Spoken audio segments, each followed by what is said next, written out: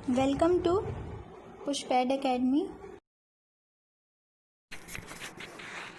Hello students, आज हम पढ़ेंगे माइक्रो ऑर्गेनिजम्स के बारे में। माइक्रो ऑर्गेनिजम्स हमारे फ्रेंड भी हैं और फो भी हैं। हम आज इसके बारे में जानेंगे कौन से माइक्रो ऑर्गेनिज्म हमारे लिए अच्छे हैं और कौन से माइक्रो ऑर्गेनिजम्स हमारे लिए अच्छे नहीं हैं, हार्मफुल है हमारे लिए। जितने भी लिविंग ऑर्गेनिजम्स हैं, ये जो माइक्रो ऑर्गेनिजम्स होते हैं ये लिविंग ऑर्गेनिजम्स होते हैं जिनको हम अपनी आँखों से नहीं देख सकते हैं, या तो हम इसको माइक्रोस्कोप में देख सकते हैं या फिर मैग्नीफाइंग ग्लास में इसको हम देख सकते हैं। तो ऐसे लिविंग ऑर्गेनिजम्स जिनको हम अपनी आँखों से नहीं देख सकते उसको हम बोलते हैं माइक्रो ऑर्गेनिजम्स और माइक्रोब्स। माइक्रो मतलब ही होता है छोटा और ऑर्गेनिज्म मतलब जो लाइफ होती है, कोई भी ऑर्गेनिजम्स।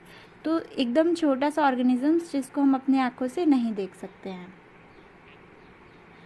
अब ये जो माइक्रो ऑर्गेनिजम्स है ये सिंगल सेल भी है और मल्टी सेलुलर ऑर्गेनिजम्स भी होते हैं।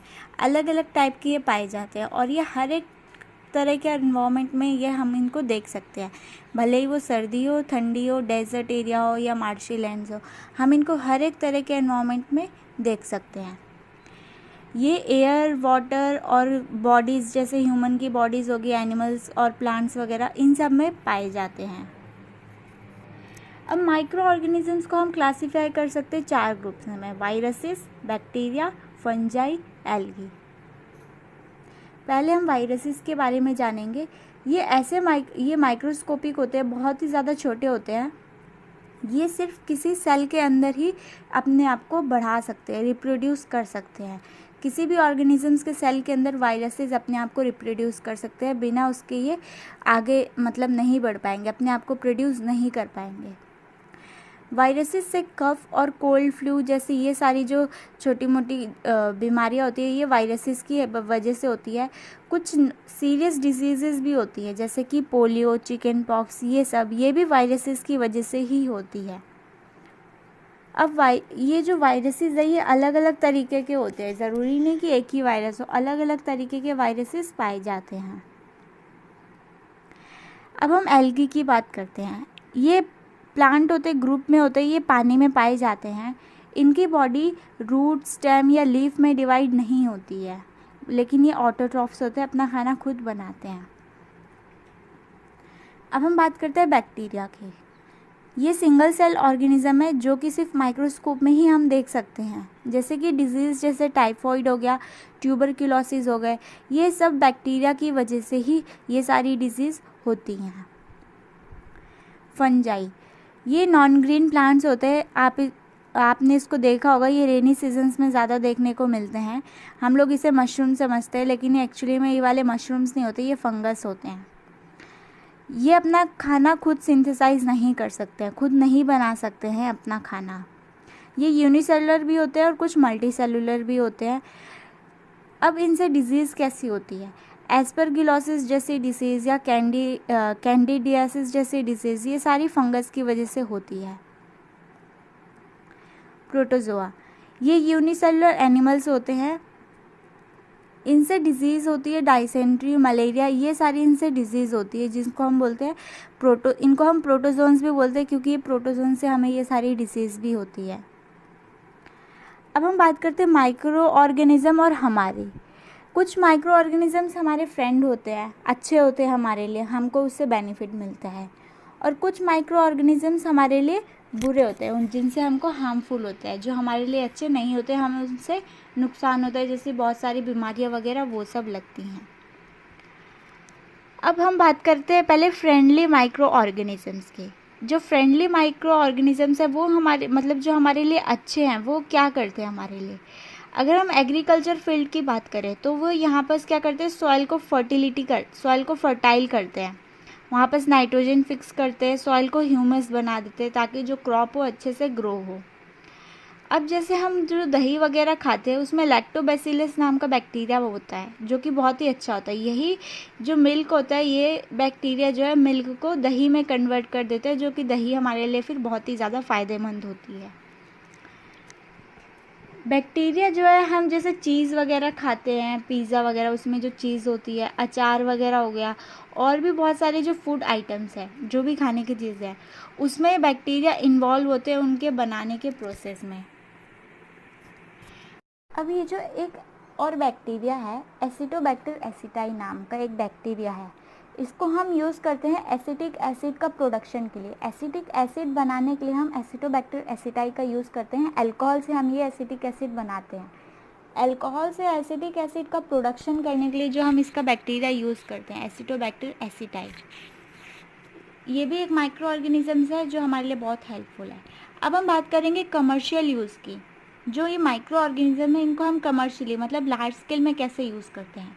माइक्रो ऑर्गेनिज्म लार्ज स्केल में भी यूज़ होते हैं, जैसे हम प्रोडक्शन करते हैं अल्कोहल वगैरह, वाइन का, ये सारी चीज़ें जो हम प्रोडक्शन करते हैं, ये सारी लार्ज स्केल में होती है।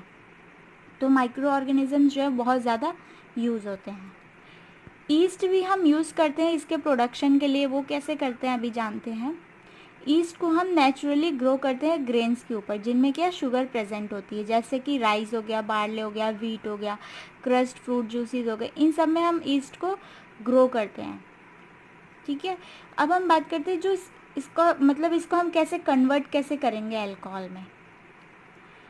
जो स्मेल होगी इसकी अल्कोहल की, शुगर की जैसे जो होगी, वो हम कन्वर्ट करते हैं अल्कोहल को। मतलब ऐसा प्रोसेस जिसमें हम शुगर को कन्वर्ट कर रहे हैं अल्कोहल में ईस्ट की हेल्प से, और ऐसे प्रोसेस को हम बोलते हैं फर्मेंटेशन। जिसमें क्या होगा, जो शुगर है उसको हम क्या कर रहे हैं, किस में कन्वर्ट कर रहे हैं, अल्कोहल में ईस्ट की हेल्प से। इस प्रोसेस को हम बोलते हैं फर्मेंटेशन। अब हम बात करते हैं डिस्कवरी ऑफ एंटीबायोटिक्स की। ये मैं आपको क्यों बता रही हूँ, अभी आपको पता चलेगा आगे, क्योंकि ये जो माइक्रो ऑर्गेनिजम्स है वो इसमें कैसे हेल्पफुल है हमारे लिए, हम वो भी जानेंगे। अलेक्जेंडर फ्लेमिंग, इन्होंने एंटीबायोटिक डिस्कवर की थी। इन्होंने जो सबसे पहले एंटीबायोटिक डिस्कवर हुई थी पेनिसिलिन, वो इन्होंने डिस्कवर की थी। वो कैसे की थी, ये कुछ डिजीज़ के ऊपर कल्चर मतलब कुछ वर्क कर रहे थे। इन्होंने अलग अलग कल्चर की डिजीज़ ले रखी थी एक प्लेट, अलग अलग प्लेट्स में, जिसमें क्या था, बैक्टीरिया भी कुछ प्रेजेंट्स थे जो वो डिजीज़ कॉज करते हैं। उन्होंने कुछ टाइम बाद देखा कि उसमें एक ग्रीन मोल्ड कुछ फॉर्म हुआ उस कल्चर प्लेट में, जिसने क्या किया, उस सारे बैक्टीरिया जो प्लेट्स में प्रेजेंट थे सबको किल कर दिया। तो यहाँ से इन्होंने एंटीबायोटिक्स का डिस्कवर किया, जो कि आज हम यूज़ करते हैं अपने आप को सही करने के लिए। जब हम बीमार होते हैं तो हम एंटीबायोटिक्स का यूज़ करते हैं। अब इसका मेडिसिनल यूज़ ऐसे जब पता चला तो इसका मेडिसिनल यूज़ फिर यहाँ से आ गया। अभी जो एंटीबायोटिक्स है ये कैसे बनती है, कुछ माइक्रो ऑर्गेनिजम्स होते हैं जो अच्छे होते हैं, उनको हम ग्रो करते हैं, उनको हम ट्रीट करते हैं, उनको हम ग्रो करके क्या करते हैं, जो भी हमारे पास हमको अगर कोई डिजीज़ होती है तो हम उससे ये एंटीबायोटिक्स का यूज़ करके हम उस डिजीज़ को ठीक कर सकते हैं, उस बीमारी को हम ठीक कर सकते हैं। स्ट्रेप्टोमाइसिन हो गया, टेट्रासाइक्लिन हो गया, इराइथ्रोमाइसिन, ये सारे कुछ कॉमन एंटीबायोटिक्स है जो कि हम यूज़ करते हैं। इसके साथ साथ एंटीबायोटिक्स जो है वो प्लांट को अगर कोई डिजीज़ होती है तो उसमें भी ये काफ़ी हेल्पफुल होते हैं। अब जो अच्छे माइक्रो ऑर्गेनिजम्स होते हैं वो सॉइल फर्टाइल कर देते हैं, उसमें जो सॉइल की फर्टिलिटी होती है उसको बढ़ा देते हैं। कुछ कैसे बढ़ाते हैं, जो कुछ बैक्टीरिया जो होते हैं अच्छे वाले जो होते हैं, जैसे राइजोबियम हो गया, और भी ऐसे बहुत बैक्टीरिया है, ये क्या करते हैं, जो एटमॉस्फेयर में नाइट्रोजन प्रेजेंट होती है उस नाइट्रोजन को वो ऐसी फॉर्म में लाते हैं कि सॉल्युबल फॉर्म में लाते हैं प्लांट की, जो कि वो वाटर के साथ ले सके। और इन बैक्टीरिया को हम बायोलॉजिकल नाइट्रोजन फिक्सर्स भी बोलते हैं। इस तरीके से ये फर्टिलिटी बढ़ाते हैं सॉइल की। अब हम बात करते हैं एनवायरनमेंट क्लीन की। बैक्टीरिया कैसे एनवायरनमेंट क्लीन करते हैं। कुछ माइक्रोब्स जो होते हैं वो क्या करते हैं, माइक्रो ऑर्गेनिजम्स या माइक्रोब्स जो होते हैं, जो ऑर्गेनिक वेस्ट होता है जैसे कि डेड प्लांट्स हो गए, एनिमल्स हो गए, उसको ये सिंपल फॉर्म में कन्वर्ट कर देता है। जैसे कि पहले वो कॉम्प्लेक्स फॉर्म में होंगे, हार्ड फॉर्म में होंगे, फिर उसको वो वहाँ से सिंपल फॉर्म में कन्वर्ट कर देते हैं माइक्रो ऑर्गेनिजम्स, और इस तरीके से एनवायरनमेंट क्या होता है, क्लीन रहता है।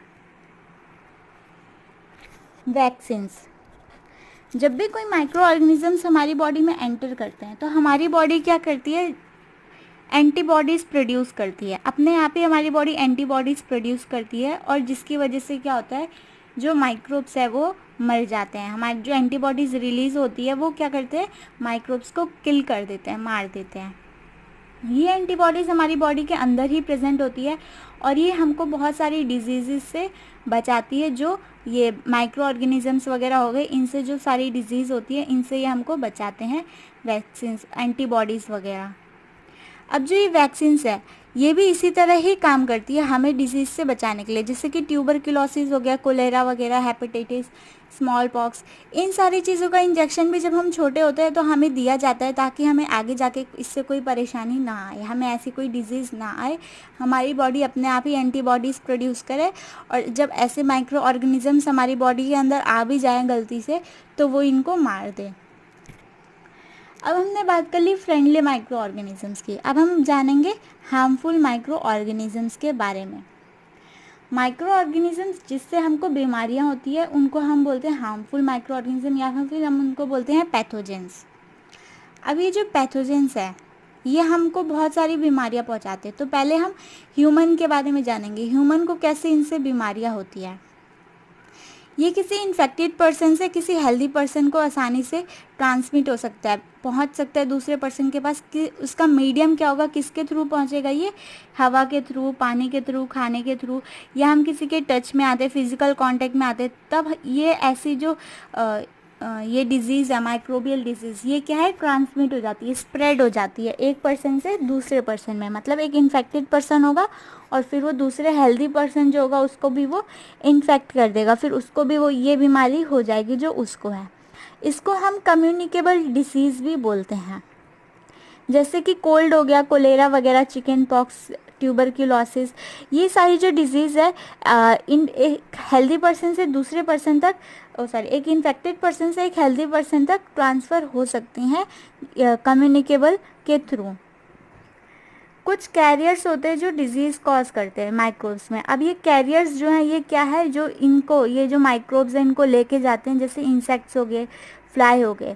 हाउस फ्लाई कॉमन एग्जांपल है। आपने देखा होगा कि जो मक्खी होती है वो कहीं पे भी बैठती रहती है, गंदगी में, कचरे में, और फिर उसके बाद कभी वो हमारे घर में भी घुस जाते हैं।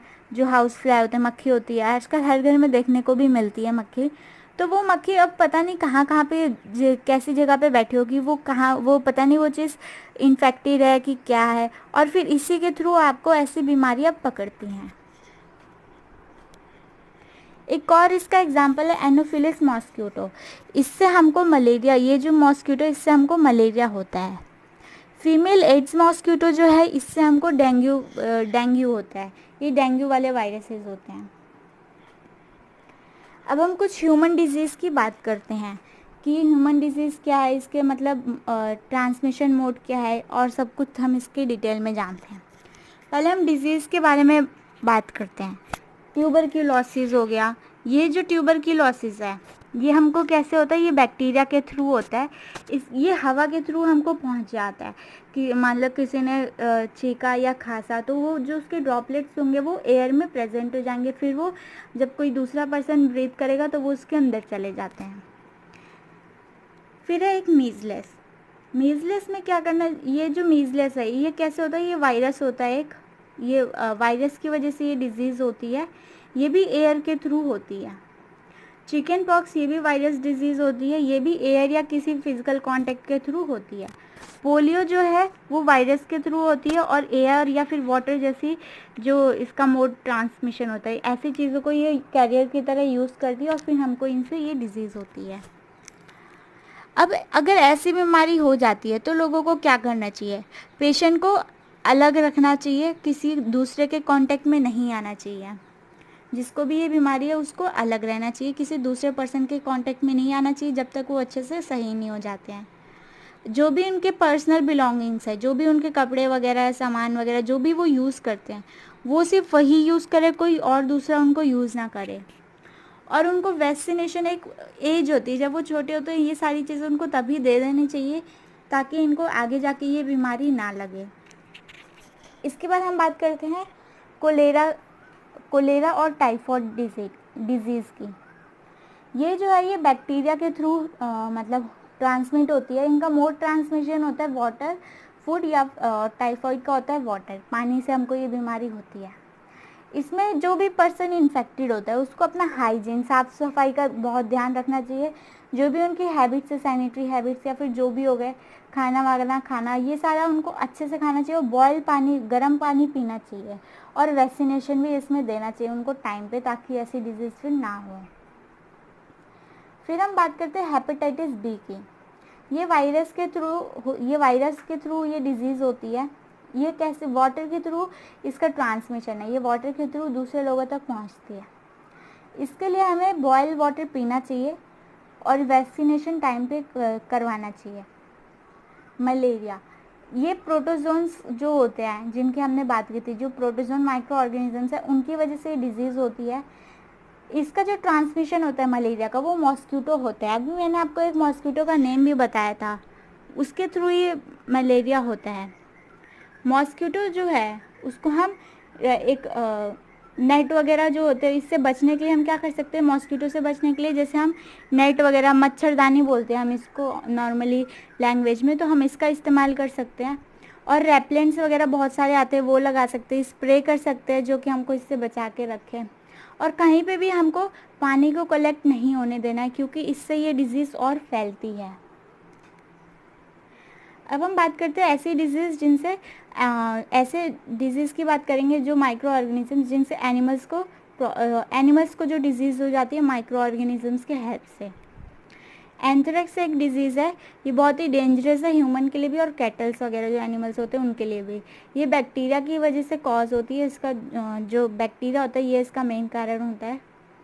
फुट या माउथ डिजीज़ जैसे हमने देखा होगा कैटल्स में, ये जो है वो वायरस की वजह से होती है।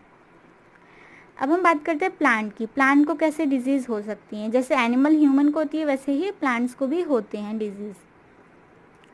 ये क्या करते हैं? जो क्रॉप्स की यील्ड होती है, जो मतलब इतने सारे अमाउंट में जो क्रॉप ग्रो हो रही होती है, वो उसको कम कर देते हैं। इसके साथ साथ ये कुछ केमिकल्स वगैरह भी यूज़ करते हैं इन माइक्रोब्स को किल करने के लिए। अगर हमको इनसे बचना है, इन डिजीज़ से, तो हम केमिकल वगैरह का छिड़काव करते रहते हैं ताकि हम इन माइक्रोब्स से बच जाएं। अब जैसे प्लांट डिजीज़ हो गए, सिट्रस कैंकर हो गया, ये बैक्टीरिया की वजह से होता है और इसका मोड ट्रांसमिशन एयर होता है, हवा में उड़ते ये डिजीज़। रस्ट ऑफ व्हीट हो गया, फंजाई इसका मेन कारण है, फंजाई की हेल्प से होती है और मोड ऑफ ट्रांसमिशन है एयर और seeds. Yellow win mosaic of windy, ये वायरस की वजह से होता है और इसका मेन ट्रांसमिशन क्या है? इंसेक्ट। अब हम बात करते हैं फूड पॉइजनिंग की। फूड पॉइजनिंग कैसे होती है? जब भी हम कोई ख़राब खाना खाते हैं तो उसकी वजह से हमको फूड पॉइजनिंग हो जाती है। माइक्रो ऑर्गेनिजम्स जैसे हम ग्रो करते हैं हमारे खाने में, जैसे हमने खाना बनाया और हमारे खाने में फिर माइक्रो ऑर्गेनिजम्स ग्रो होने लग जाते हैं। अगर हम अपने खाने को प्रॉपरली स्टोर ना करें तो हमारे खाने में ये माइक्रो ऑर्गेनिजम्स ग्रो करने लग जाते हैं। ये जो माइक्रो ऑर्गेनिजम्स होते हैं, ये खाने में कुछ ऐसे टॉक्सिक सब्सटेंसेस प्रोड्यूस करते हैं जिनसे क्या होता है, फूड जो है वो पॉइजनस, जहरीला बन जाता है, जिसकी वजह से हम बीमार पड़ जाते हैं और कभी कभी ख़राब सिचुएशन में हमारी डेथ भी हो जाती है। फिर अब हम बात करते हैं फूड प्रिजर्वेशन की। खाना हम कैसे प्रिजर्व कर सकते हैं, बचा सकते हैं?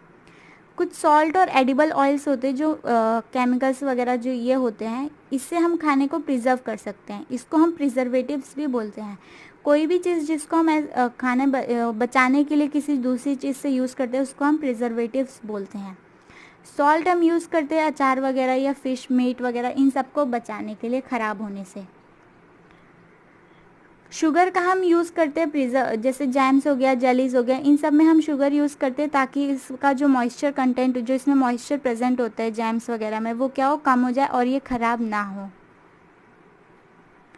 इसके अलावा हम विनेगर वगैरह का इस्तेमाल कर सकते हैं किसी भी चीज़ को ख़राब होने से बचाने के लिए, या फिर हम हीट या कोल्ड ट्रीटमेंट दे सकते हैं। हम दूध को बॉईल करते हैं, मिल्क को बॉईल करते हैं, जिससे क्या होता है, बैक्टीरिया जो उसके अंदर प्रेजेंट होते हैं मर जाते हैं।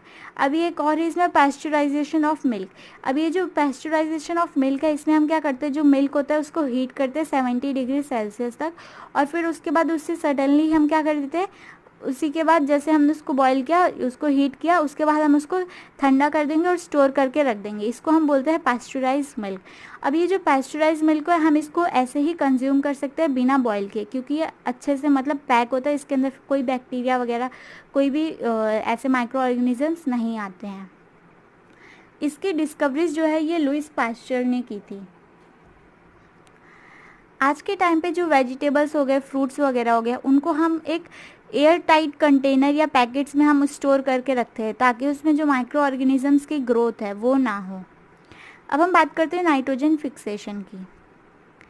नाइट्रोजन फिक्सेशन क्या है? जिसमें हम एटमॉस्फेरिक नाइट्रोजन को यूजेबल फॉर्म में लाते हैं प्लांट की, उसको हम बोलते हैं नाइट्रोजन फिक्सेशन। अभी जो हम प्लांट की इसको यूजेबल फॉर्म में ला रहे हैं प्लांट पे, ये सिर्फ प्लांट ही को नहीं मिल रहा है, इसके प्लांट के साथ साथ ये ह्यूमन को, एनिमल्स को भी मिल रहा है, क्योंकि एनिमल्स भी प्लांट के लीव्स खाते हैं जिससे उनको नाइट्रोजन मिलेगा, और हम भी प्लांट्स का यूज़ करते हैं खाना बनाने के लिए, तो जिससे हमको भी ये सारी चीज़ें मिलती हैं। अब ये नाइट्रोजन फिक्सेशन होता कैसे है, इसका कन्वर्जन कैसे होता है? कुछ बैक्टीरिया प्रेजेंट होते हैं, जैसे राइजोबियम हो गया, ये जो है लेग्यूमिनस जो प्लांट होते हैं, ये राइजोबियम बैक्टीरिया जो है ये लेग्यूमिनस प्लांट के जो रूट होते हैं वहाँ पर प्रेजेंट होते हैं, रूट नोड्यूल्स में। ये वहाँ पर इनका काम क्या होता है, जो एटमॉस्फेरिक नाइट्रोजन होती है उसको ये सिंपल यूजेबल फॉर्म में लाते हैं प्लांट्स की, जिसको प्लांट्स क्या करते हैं फिर वाटर के साथ साथ ले लेते हैं। इसको हम सिम्बायोटिक रिलेशनशिप भी बोलते हैं। जो राइजोबियम है और जो लेग्यूमिनस प्लांट के बीच का रिलेशन होता है उसको हम सिम्बायोटिक रिलेशन भी बोलते हैं। ये आप देख सकते हैं इमेज में, ये रूट नोड्यूल्स है, ये जो आपको गोल गोल दिख रहे हैं ये रूट नोड्यूल्स है। एटमॉस्फेयर से यहाँ पास जो ये बैक्टीरिया प्रेजेंट होंगे, राइजोबियम और भी बैक्टीरिया होते हैं, ये बैक्टीरिया क्या करेंगे, जो एटमॉस्फेयर में नाइट्रोजन प्रेजेंट होगी उसको ये यूजेबल फॉर्म में लेके आएंगे ताकि प्लांट उसको ले ले, क्योंकि प्लांट डायरेक्ट जैसे कार्बन डाइऑक्साइड वगैरह लेते हैं एटमॉस्फेयर से, वैसे ही नाइट्रोजन को नहीं ले सकते, इसीलिए रूट नोड्यूल्स प्रेजेंट होते हैं। अब हम बात करते हैं नाइट्रोजन साइकिल की। ये एक ऐसा प्रोसेस है जिसमें नाइट्रोजन का जो अमाउंट है एटमॉस्फेयर में वो क्या रहता है, कांस्टेंट रहता है, ना कम होता है ना घटता है, ये एक कांस्टेंट रहता है। इसमें होता क्या है, जो एटमॉस्फेरिक नाइट्रोजन है वो कैसे फिक्स होती है, या तो बैक्टीरिया के थ्रू फिक्स होती है, ब्लू ग्रीन एल्गे के थ्रू फिक्स होती है, जो जिससे क्या होता है जो प्लांट्स है फिर उसको यूजेबल फॉर्म में ले सकते हैं कुछ बैक्टीरिया की हेल्प से। सिर्फ ये बैक्टीरिया या ब्लू ग्रीन एल्गी के हेल्प से ही नहीं, इसके साथ साथ ये लाइट वगैरह की हेल्प से भी फिक्स होते हैं नाइट्रोजन। अब ये जब फिक्स हो गए इसके बाद क्या होगा, जो बैक्टीरिया की हेल्प से फिक्स हुआ है, बैक्टीरिया इसको क्या करेगा, नाइट्रोजन को फिक्स कर देगा, इसके नाइट्रोजनस कंपाउंड्स बना देगा, जो ये नाइट्रोजनस कंपाउंड्स फिर क्या होगा, सॉइल में मिल जाएंगे, ये सॉइल में ये कंपाउंड्स प्रेजेंट होंगे। अब जब लाइट से ये प्रोसेस होगा, सेम लाइट में भी ऐसा ही होगा, और फिर जब वो नाइट्रोजन फिक्स हो जाएगी, नाइट्रोजन कंपाउंड्स जो है, नाइट्रोजनस कंपाउंड्स जो है वो सॉइल में मिल जाएंगे। अब जो ये कंपाउंड्स नाइट्रोजन के जो कंपाउंड्स है जो सॉइल में प्रेजेंट है, अब इसको कौन लेगा, प्लांट्स लेंगे।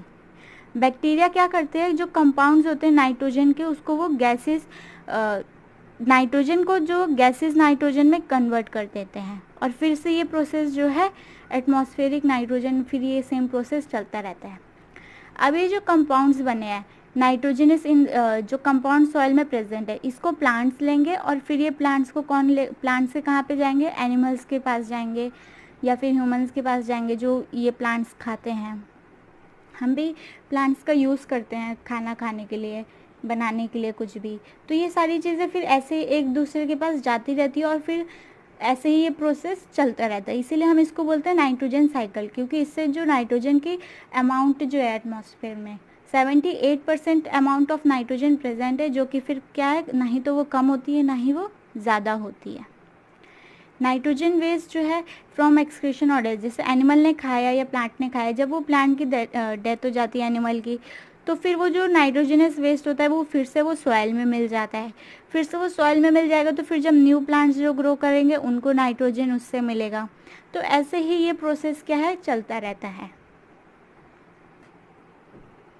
तो इस चैप्टर में बस इतना ही था। अगर आप लोगों को वीडियो अच्छा लगे तो लाइक कीजिए, सब्सक्राइब कीजिए और शेयर कीजिए।